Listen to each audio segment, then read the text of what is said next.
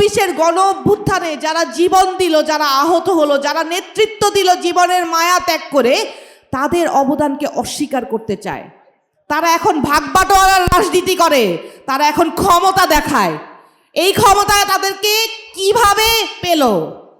আজকে যদি আমরা রাজপথে নেমে নেতৃত্ব না দিতাম, আমাদের ভাইরা যদি জীবনের মায়া ত্যাগ না করে সেদিন সবাইকে একত্রিত করে এক স্বৈরাচারী সরকারের পতন না ঘটাতো, তাহলে কি তাদের এই দীর্ঘ সংগ্রামের মুক্তি মিলতো? কি করে ভুলে গেল তারা? কয় মাসও গেল না, তারা আবার সেই পতিত সরকারের মতো আচরণ শুরু করলো। তারা ক্ষমতার লোভে অন্ধ হয়ে ভাইয়ের রক্ত ভাই নিয়ে নিচ্ছে। নিজ দলের কোন দলে নির্বাচনের আগে ৩০০-র বেশি মানুষ মেরে ফেলে। এই ৬ মাসে নিজ দলের কোন দলে তারা ৩৮ জন মেরেছে। দেখান তো একটা লোক আমাদের ভাইদের মধ্যে একজন আর একজন নিজের অন্তদলীয় কোন দলে কেউ কাউকে একটা ফুলের টাকা দিয়েছে?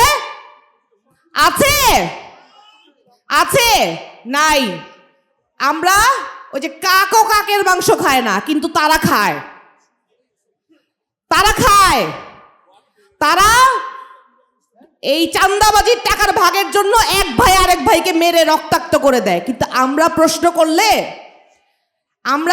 আমাদেরকে মানুষ প্রশ্ন করে, এই যে অভ্যুত্থানে এত নারীরা রাজপথে ছিল, সেই নারীরা কোথায়? অনেক ব্যঙ্গ করে কথা বলে, সেই নারীদেরকে নাকি আমরা ধরে রাখতে পারি নাই। আরে ভাই, এই যে শহীদ পরিবারের মা বোনরা বসে আছে, জিজ্ঞেস করেন তো, ওনারা যদি আজকে সম্মুখ সারিতে থেকে যারা নিজ পরিবারের নিজের সন্তান হারিয়েছে, নিজের স্বামী হারিয়েছে, আজকে এই মা বোনরা যদি নেতৃত্ব স্থানে দাঁড়িয়ে আমার মতো এইভাবে এই জায়গায় দাঁড়িয়ে কথা বলতে আসেন, কালকে আমার মতো তাদেরকে শুনতে হবে ওনারাও অমুকের সাথে নাকি তমুকের সাথে বিছানায় চলে গিয়েছেন। এই কথা শোনার জন্য কি সভ্য ঘরের মেয়েরা রাজনীতিতে আসবে? আপনারা তো এগুলো করেন নিশ্চয়ই, না হলে মানুষকে এগুলো বলেন কিভাবে? আল্লাহ আপনাদেরকে হেদায়েত করুক। মানুষের উপর জুলুম করেন না। নির্যাতনকারীদেরকে এই বাংলাদেশ আর সহ্য করবে না। এই বাংলাদেশের সবার মুক্তির রাস্তা এই ছাত্র জনতা দেখিয়ে দিয়েছে। ২৪-এ যেভাবে ছাত্র জনতারা পতিত ফ্যাসিস্ট সরকারকে সমস্ত পরাশক্তির আশ্রয় প্রশ্রয় থাকার পরেও ঘাট ধাক্কা দিয়ে নামিয়ে দিয়েছে, ভবিষ্যতেও কেউ যদি আবারও এই জনগণের উপর দুর্ভোগ জুলুম কন্টিনিউ করে, সেই একইভাবে স্বৈরাচারী আচরণ করে, এই জনগণ, এই বাংলাদেশের মায়েরা তাদের ঘাট ধরে এই ক্ষমতার মসনদ থেকে নামিয়ে দিবে। লিখে রাখেন, সবাই এক হয়ে থাকবেন তো?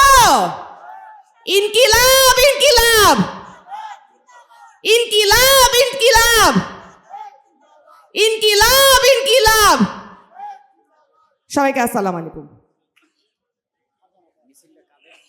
আজকে আমরা একটা স্বৈরাচারী সরকারের হাত থেকে মুক্তি পেয়েছি, কিন্তু আমাদের সংগ্রাম কি শেষ হয়েছে?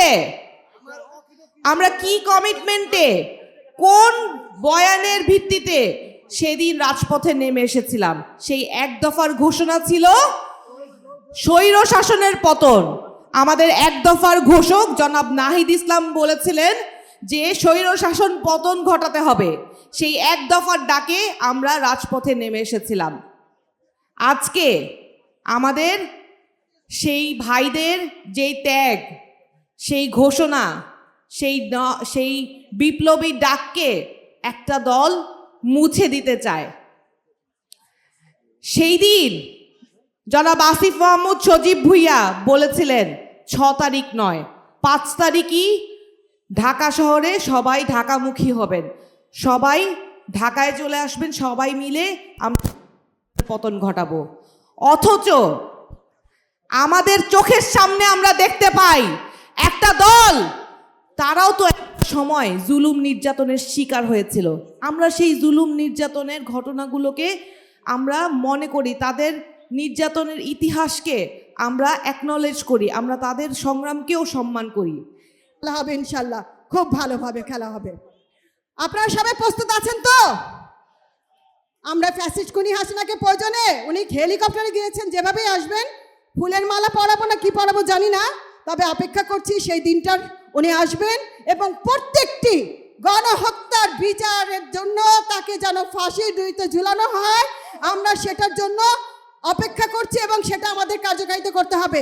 আমাদেরকে যতই বাধা বিপত্তি দেওয়ার চেষ্টা করুক না কেন, আমরা প্রতিহত হব না ইনশাল্লাহ। সবাই প্রতিজ্ঞা করব যে আমরা সামনের দিকে এগিয়ে যাব, কারণ মৃত্যুকে আমরা 24শে গণঅভ্যুত্থানের সময় আলিঙ্গন করে নিয়েছি। ইনশাল্লাহ আবার কথা হবে, অনেকে কথা বলবেন। সবার জন্য শুভকামনা।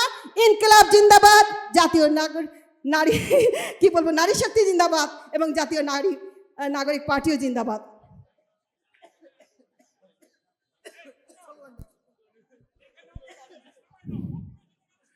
ইনকিলাব ইনকিলাব। দেশ থেকে পলায়ন এবং তার যে ফাঁসির রায় দেওয়া হয়েছে, সেই রায়টা এখন পর্যন্ত কার্যকারিতা করা হচ্ছে না। এক তো উনি পালিয়ে গিয়েছেন, দ্বিতীয়ত আবার বলছেন ডিসেম্বরে নাকি আসবেন। বিভিন্নভাবে আমাদেরকে হুমকি টুমকি দেওয়া হচ্ছে, আমরা এতে ভয় পাই না। আমরা তো বলি ডিসেম্বর কেন, আপনি অবনতির প্রতিবাদে আয়োজিত আজকের এই জনসমাবেশের জনাব সভাপতি, বাংলাদেশ জামাত ইসলামীর গাইবান্ধা জেলার সংগ্রামী নায়েবে আমির, গাইবান্ধা 5 সাগাড়া ফুলকুড়ি আসনের মাননীয় সংসদ সদস্য জনাব আব্দুল ওয়ারিস, আজকের এই জনসমাবেশের প্রধান অতিথি বাংলাদেশ জামাত ইসলামীর সম্মানিত আমির, বাংলাদেশ জাতীয় সংসদে মাননীয় বিরোধী দলের নেতা, মানবিক বাংলাদেশের স্বপ্নদ্রষ্টা শহীদ সাবুল্লাহ বারী এবং শহীদ সালাউদ্দিনের পরিবারের সাথে মানবিক দায়বদ্ধতার দায়িত্ব পালন করার জন্য যিনি ছুটে এসেছেন, মঞ্চে উপবিষ্ট জাতীয় নেতা, বাংলাদেশের মানুষের প্রিয় নেতা ডাক্তার শফিকুর রহমান, উপস্থিত জামাত ইসলামীর সম্মানিত নেতৃবৃন্দ, উপস্থিত সংসদ সদস্যবৃন্দ, নেতৃবৃন্দ, আজকের এই জনসভায় উপস্থিত ভাই এবং বোনেরা, আসসালামু আলাইকুম রহমতুল্লাহি ওয়া বারাকাতুহু। আমির জামাত বক্তব্য রাখবেন। আজকে আমাদের আসার পিছনে প্রথম কারণ হচ্ছে গাইবান্ধার সাগাড়া যারা জীবন দিয়েছে, এই পরিবারগুলির খবর আমির জামাত প্রতিনিয়ত নিয়েছেন। সালাউদ্দিনকে ইবনে সিনা হসপিটালে আমির জামাত দেখেছেন, বারবার তার খবর রেখেছেন শহীদ হওয়া পর্যন্ত, এবং শাহাদাতের পর তার জানাজার সম্পাদন থেকে আরম্ভ করে দাফন পর্যন্ত সকল কাজের সব মুহূর্তের খবর রেখেছেন আমাদের মানবিক নেতা আমির জামাত ডাক্তার শফিকুর রহমান। তিনি মানবিক দায়বদ্ধতার দিক থেকে তিনি আজকে গাইবান্ধার সাগাটা চলে এসেছেন। 2 জন কর্মী শহীদ হয়েছেন, জীবন দিয়েছেন। আমাদের কাছে সম্পদ এবং স্বার্থ বড় কথা নয়, আমাদের কাছে কর্মীদের জীবন এবং ইসলামী আন্দোলনের স্বার্থ সবচেয়ে বেশি। অনেক দিন পর্যন্ত শহীদ সাবুল্লাহ বারী শহীদ হওয়ার পর আমি সহ এসেছি, আমির জামাত আসতে পারেন নাই। সালাউদ্দিনের শাহাদাতের পরেই আমির জামাত আসার জন্য সিদ্ধান্ত নিয়েছেন।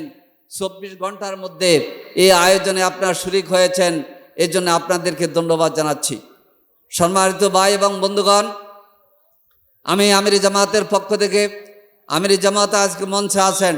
আপনারা জানেন রংপুরের 22টি আসনের মধ্যে 18টি আসন এই রংপুরের মানুষ জামাত ইসলামীকে দাড়ি পাল্লায় এবং 1টি আসন এনসিপিকে উপহার দিয়েছে। আলহামদুলিল্লাহ, আপনাদের শুকরিয়া জানাতে চাই যে আপনারা আমির জামাত এখানে সরাসরি আসতে পারেন নাই, কিন্তু তার আহ্বানে সাড়া দিয়ে দাড়ি পাল্লা মার্কায় ভোট দিয়ে আপনারা আমাদের মাস্টার আব্দুল ওয়ারিস ভাইকে নির্বাচিত করেছেন। আলহামদুলিল্লাহ, নির্বাচিত করার পরে তিনি নিরন্তর প্রচেষ্টা চালিয়ে যাচ্ছেন। ইনশাআল্লাহ আপনাদের পাশে আমাদের মুক্তিযোদ্ধা ওয়ারিস ভাই সব সময় আপনাদের দায়িত্ব পালনের জন্য থাকবেন। আর আপনাদের অভিভাবক হিসাবে আমির জামাত আগামী দিনের বাংলাদেশের স্বপ্নদ্রষ্টা ডাক্তার শফিকুর রহমান সব সময় আপনাদের খবর রাখবেন ইনশাআল্লাহ। সংগ্রামী ভাই এবং বন্ধুগণ, আজকে দুঃখজনক ঘটনা হয়েছে, একটি তুচ্ছ ঘটনা যেটা ক্ষমতাসীন দলের যুবদল এবং ছাত্র দলের সন্ত্রাসীরা ঘটিয়েছে। এই ঘটনায় 2 জন লোকের প্রাণ যাবে, এটা জাতি তারেক রহমানের কাছে, প্রধানমন্ত্রীর কাছে আশা করে না। আপনারা জানেন হবিগঞ্জে একজন ছাত্রের চোখ চলে গিয়েছে। এই চোখের জ্যোতি কি বর্তমান প্রধানমন্ত্রী ফিরিয়ে দিতে পারবেন? আমরা জিজ্ঞেস করতে চাই প্রধানমন্ত্রী, শহীদ শাহাবুদ্দিন, শহীদ সাইফুল্লাহ বাড়ি, শহীদ সালাউদ্দিনের মা এবং বাবাকে কি সান্ত্বনা দেবেন আপনি?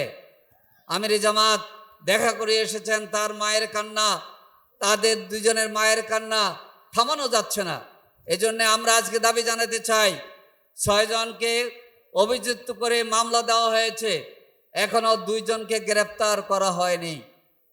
আমির জামাত এসে জিজ্ঞেস করেছিলেন একজন পুলিশ অফিসারকে, বলেছে আমাদের নজরে আছে একজন। আমি তো আমাদের মাননীয় সংসদ সদস্য বললেন 6 জনের মধ্যে 2 জন গ্রেপ্তার হয় নাই। সবচেয়ে চিহ্নিত সন্ত্রাসী পলাশকে আগামী 24 ঘন্টার মধ্যে গ্রেপ্তার না করলে সকল দায় দায়িত্ব প্রশাসনকে নিতে হবে। আমি ডিসি এবং এসপির দৃষ্টি আকর্ষণ করে বলতে চাই, আপনারা জনসমাবেশ দেখছেন, আমরা আইনের শাসনে বিশ্বাস করি। আইন জনগণের হাতে তুলে নেওয়ার জন্য আপনারা দেবেন না। আমরা আইনের শাসনে বিশ্বাস করি। 2 জনকে হত্যা করার পরে একজনের জানাজা আমরা 1 মাস আগে পড়িয়েছি, আরেকজনের জানাজা গতকাল হলো, অথচ সন্ত্রাসী পলাশ এখানে ঘুরে বেড়ায়। এই তামাশা আমরা দেখতে চাই না। অবিলম্বে 24 ঘন্টার মধ্যে গ্রেপ্তার করে দেখান যে আপনারা সন্ত্রাসীদের গ্রেপ্তার করতে পারেন। নচেত বলবো, প্রশাসন সরকারি দল হওয়ার কারণে আপনারা আইনের নীতিতে আপনারা চলছেন না, আপনারা সরকারি দলকে প্রশ্রয় দিয়ে যাচ্ছেন, সন্ত্রাসীদের উস্কানি দিয়ে যাচ্ছেন। প্রিয় ভাই এবং বন্ধুগণ, আমাদের মনে পড়েছে শহীদ রেজবুল হক সরকার প্লাবন, পলাশবাড়ির এসএসসি পরীক্ষার্থী ছিল, তাকে হত্যা করেছে এই বিএনপির সন্ত্রাসী যুবদল ছাত্রদলের লোকেরা পলাশবাড়িতে, জানেন আপনারা? এই জন্যে আপনাদের ইতিহাস হচ্ছে, পলাশবাড়িতে রেজবুল হক প্লাবনকে হত্যা করেছিলেন, এখানে 2 জনকে হত্যা করেছেন। নির্বাচন থেকে এই পর্যন্ত জামাত ইসলামের 5 জন নেতা কর্মীকে হত্যা করা হয়েছে। হত্যা করে হাসিনা আমাদের 1 লক্ষ লোককে জেলে নিয়েছিল। 11 জন শীর্ষ নেতা সহ 5 শতাধিক নেতা কর্মীকে হত্যা করেছিল। 80 জনকে গুম করেছিল। 10,000-এর উপরে নেতা কর্মীকে তারা চাকরিচ্যুত করেছিল। 7,000-এর উপরে নেতা কর্মীকে পঙ্গু করেছে। হাসিনা এখন দেশে আছে না পলাতক? আওয়ামী সন্ত্রাসীরা এখন ঘুরতে পারে না পলাতক? এর জন্য আমরা বলতে চাই, আপনারা একসময় মাজলুম ছিলেন বলে ধারণা আছে, আমরাও বলি, কিন্তু এখন সন্ত্রাসের হাত আপনারা যদি না গুটিয়ে নেন, এই দেশের জনগণ আপনাদের বিচার আবার করতে বাধ্য হবে ইনশাআল্লাহ। প্রিয় ভাই এবং বন্ধুগণ, আসুন, শুধু গাইবান্ধার শাখাটা নয়, আপনারা দেখেছেন সরকারি দলের ছাত্র সংগঠন বিশ্ববিদ্যালয়ের শিক্ষাগণগুলোতে অস্থিরতা সৃষ্টি করার জন্য একের পর এক পায়তারা করে যাচ্ছে। অতীতে শিক্ষা মনে অস্থিরতা সৃষ্টি করে আপনারা টিকতে পারেন নাই। সামনে ইসলামী ছাত্র শিবির এবং জনতার আন্দোলনের মুখে আপনারা টিকতে পারবেন না ইনশাআল্লাহ। আসুন, আমরা বিচার চাই শহীদ সালাউদ্দিনের খুনিদের, আমরা বিচার চাই সাইফুল্লাহ বাড়ির। এই বিচার আপনারা চান কিনা? আজকে অনেক মা এবং বোন, অনেক বাইরে এখানে মিলিত হয়েছেন। এই বিচার করার জন্য যদি গড়িমসি সরকার করে, ইনশাআল্লাহ এই সরকার শেষ সরকার নয়। এই খুনিদের বিচার হবে, সাগাটার মানুষ দেখবে ইনশাআল্লাহ। আসুন, খুনিদের ব্যাপারে ঐক্যবদ্ধ থাকি, সন্ত্রাসের বিরুদ্ধে আমরা ঐক্যবদ্ধ থাকি। আর ইনসাফের বাংলাদেশ, 5ই আগস্টের বিপ্লবের মাধ্যমে যে জুলাই বিপ্লবের স্লোগান ছিল, বুকের মধ্যে অনেক জ্বর, বুক ফেরেছে গুলুগর, সে আবু সাইদ মুক্তর বাংলাদেশ, বৈষম্য মুক্ত বাংলাদেশ গড়ার জন্যে যে হাঁ ভোটে ভোট দেওয়ার মধ্য দিয়ে জুলাই সনদের পক্ষে জনগণ রায় দিয়েছে, সেই গণভোটে রায় বাস্তবায়ন করার জন্যে ঐক্যবদ্ধভাবে সংগ্রাম আমরা অব্যাহত রাখবো। আমির জামাত ডাক্তার শফিকুর রহমান, আমরা মহান আল্লাহর দরবারে প্রার্থনা করছি, মহান আল্লাহ রাব্বুল আলামিন আমাদের এই বীর নেতাকে হায়াতে তৈয়বা দান করুন, আমিন। এবং দেশের স্বার্থে, জনগণের স্বার্থে, কল্যাণের স্বার্থে, ইমানের স্বার্থে, তাকওয়া ভিত্তিক দেশপ্রেমিক একটি বাংলাদেশ গড়ার জন্য তাকে তৌফিক দান করুন। আমাদের যে 2 ভাইয়ের রক্ত ঝরিত হয়েছে, রক্তের প্রতিটি বিন্দু থেকে আমাদের হাজার হাজার লক্ষ লক্ষ ভাই বোন ইসলামী আন্দোলন জামাত কর্মী তৈরি হবে ইনশাআল্লাহ। গাইবান্ধা জেলার ঘাঁটি জামাত শিবিরের ঘাঁটিতে রূপান্তরিত করতে হবে ইনশাআল্লাহ। রাজি আছেন আপনারা? মহান আল্লাহ রাব্বুল আলামিন আমাদের সবাইকে আগামী দিনে বৈষম্যমূলক রাষ্ট্র করার জন্য বিরোধী দলীয় নেতা আমির জামাতের নেতৃত্বে দুর্বার গণ আন্দোলন তৈরি করার তৌফিক দান করুন, আমিন। আসসালামু আলাইকুম।